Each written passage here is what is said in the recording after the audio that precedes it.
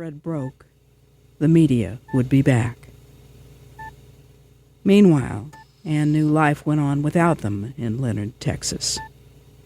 People listened to Christmas carols while Ann and her mother listened to the rhythm of Adam Wells' lungs expanding and contracting.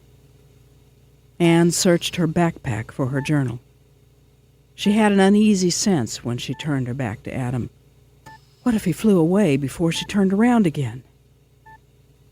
The antiseptic smell of hospitals always made her think of pain and grief, of last goodbyes. Loss and hospital smells, both inescapable. Raising her gaze to the window, Anne regarded the distant wall of black thunderheads as a threat. Sealed glass guaranteed that not even the relief of fresh air could come out of the roiling skies. Retrieving notebook and pen, Anne sighed and sat in the uncomfortable visitor chair, opened to a blank, lined page, and began to write. Day 14. Mom went back to the hotel. Hope she can sleep. My turn again. I sit in this hospital, listening to the machines breathe for him, and all I can think is how he drew the stars for me. And how before he got his first zit, God called him to preach the gospel to the multitudes. And how, when he was still a kid, the White House press secretary called him to pray with the President of the United States about some war. And how Time magazine called him America's next Billy Graham.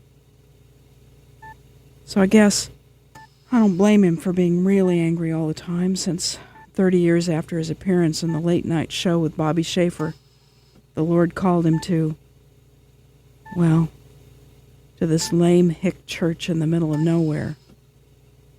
First Church of Leonard, Texas, with like 7 people in it. Actually, Adam blamed me for calling him to the hick church in the middle of nowhere.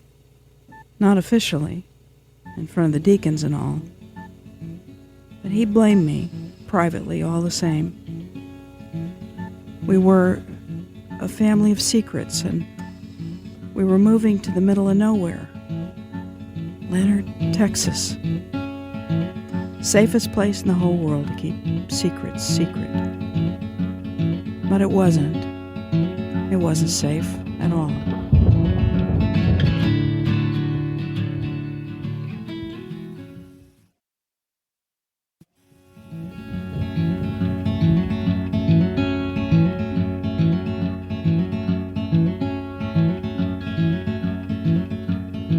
Part 1.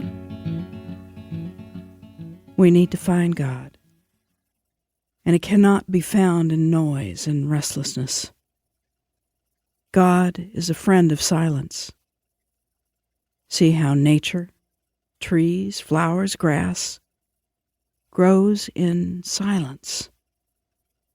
See the stars, the moon, the sun, how they move in silence. We need silence to be able to touch souls. Mother Teresa.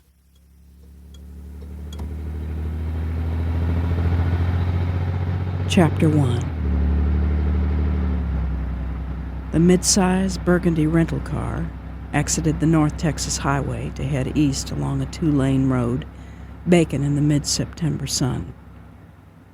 DFW International Airport was just a distant memory. The Dallas skyline had long since sunk beneath the prairie.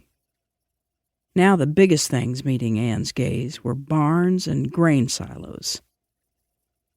Anne caught Adam's dark brown eyes on her when she glanced up at the rearview mirror.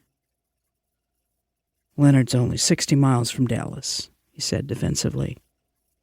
Less than an hour's drive. Dallas. More than 1 million people.